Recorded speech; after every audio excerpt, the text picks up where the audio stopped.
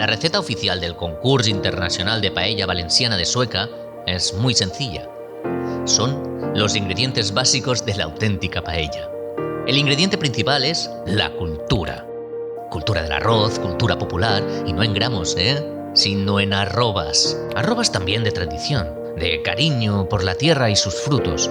Costumbres que solo se transmiten de generación en generación. Un pellizco de historia, que son muchas las anécdotas que caben en esta receta, que somos el concurso gastronómico más antiguo de España. Un buen puñado de respeto hacia la naturaleza, porque cada cucharada contiene la esencia de todo un parque natural.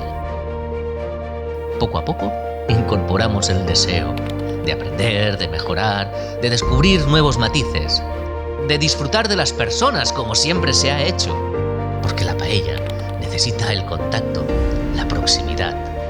También le añadimos un poco de reivindicación, de igualdad de oportunidades, porque es un concurso donde compartir es más importante que competir. Y cuando empieza a hervir,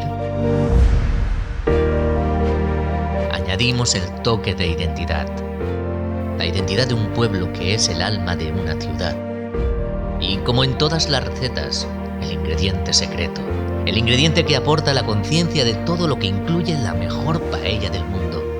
El sentimiento. Concurs Internacional de Paella Valenciana de Sueca. Ven y siéntela todo el año en los restaurantes acreditados.